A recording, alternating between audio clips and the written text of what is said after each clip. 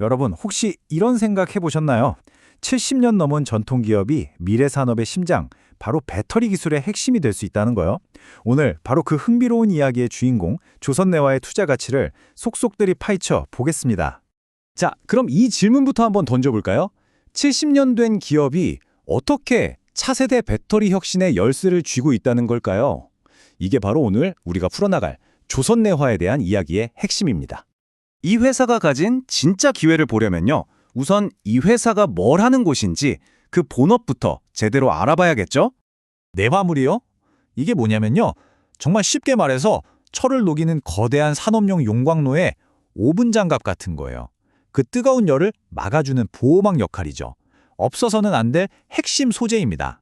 자, 이 그래프를 보시면 딱 감이 오실 텐데요. 이 회사가 돈을 어디서 버는지가 한눈에 보입니다. 보세요.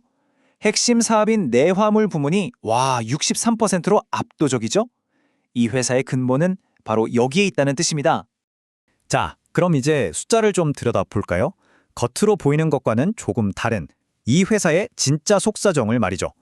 와, 매출이 79.2%나 늘었다고요? 엄청나죠. 근데 잠깐만요. 이게 사실은 통계의 함정입니다. 왜냐하면 2023년 실적은 회사 분할 때문에 딱 6개월치만 들어간 거거든요. 그러니까 진짜 중요한 건 오히려 뚝 떨어진 영업이익이랑 순이익입니다. 이건 좀 자세히 봐야 해요. 바로 이 부분입니다. 이 회사의 재무 상태가 참 야누스 같아요. 한쪽에서는 유보율이 4,000%가 넘으니까 와, 자산 진짜 탄탄하다 싶은데 다른 한쪽에서는 빚이 왜 이렇게 늘었지? 하는 걱정스러운 신호가 동시에 보인다는 거죠. 그리고 그 걱정의 핵심이 바로 이 숫자 161.7%입니다. 부채 비율이거든요. 이게 1년 전만 해도 110% 수준이었는데 순식간에 160%를 넘어버렸어요. 이건 투자자라면 그냥 지나칠 수 없는 아주 중요한 경고등이라고 봐야 합니다. 자, 그런데요. 이런 재무적인 걱정거리에도 불구하고 우리가 이 회사를 주목해야 하는 이유가 바로 지금부터 나옵니다. 이 회사의 미래를 이끌고 갈 두 개의 강력한 성장 엔진이 있거든요. 첫 번째 엔진은 바로 포스코입니다. 워낙 오랫동안 함께해온 파트너죠.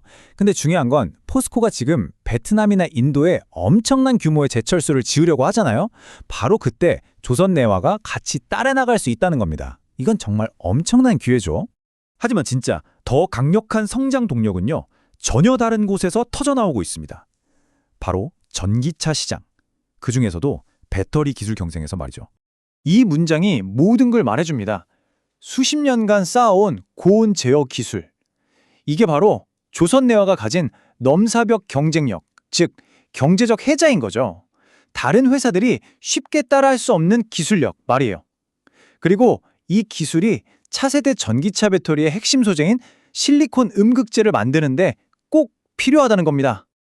자, 지금까지는 장밋빛 미래를 이야기했죠? 하지만 투자는 항상 동전의 양면을 봐야 합니다. 이제 이 성장 스토리를 위협할 수 있는 리스크 요인들을 냉정하게 한번 짚어보겠습니다. 리스크는 명확합니다. 우선은 매출의 대부분이 포스코 한 곳에서 나온다는 거. 이건 좀 불안하죠. 그리고 원자재 가격이 오르면 속수무책으로 당할 수밖에 없는 구조고요. 그리고 이것도 중요해요. 하루에 거래되는 주식수가 너무 적다는 점. 바로 그 거래량 부족이 이 경고로 이어지는 겁니다. 유동성 함정. 말이 좀 어렵죠? 쉽게 말해서 내가 팔고 싶을 때 제값에 팔기가 어려울 수 있다는 뜻이에요. 사고 싶은 사람이 별로 없어서요. 그럴 확률이 40%가 넘는다는 건 꽤 심각하게 받아들여야 합니다. 자, 그럼 이제 모든 걸 종합해볼 시간입니다. 좋은 점도 있고 걱정되는 점도 있는데 그래서 결론이 뭘까요? 사야 할까요? 말아야 할까요? 다른 회사들이랑 비교해보면 그림이 더 명확해져요.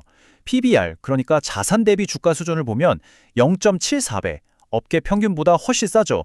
저평가되어 있다는 뜻입니다. 배당도 6%가 넘으니까 엄청나게 매력적이고요. 물론 아까 계속 얘기했던 부채 비율은 여전히 약점입니다. 이게 무슨 말이냐면요. 회사를 다 팔아서 청산한다고 가정했을 때 주주 한 명당 돌아가는 돈이 18,725원이라는 거예요. 그런데 지금 시장에서는 14,000원대에 거래되고 있다는 거죠.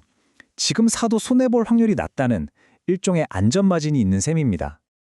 그래서 이런 자산 가치를 바탕으로 나온 1차 목표 주가가 바로 18,800원입니다. 지금 주가 생각하면 꽤 괜찮은 상승 여력이 있는 거죠. 자, 그럼 이제 어떻게 투자해야 할까요? 여기서 핵심은 거북이형 투자입니다. 바로 성급하게 생각하지 말고 2026년까지는 느긋하게 기다리라는 거죠. 그동안은 뭘 하냐고요? 높은 배당금을 받으면서요. 왜냐하면 진짜 성장은 배터리 사업에서 나올 텐데 그게 가시화되려면 시간이 좀 필요하거든요. 그래서 마지막 질문은 이겁니다. 이 질문은 조선내화에 대한 질문이 아니에요. 바로 여러분 자신의 투자 스타일에 대한 질문이죠. 과연 당신은 거북이처럼 묵묵히 기다릴 수 있는 투자자입니까?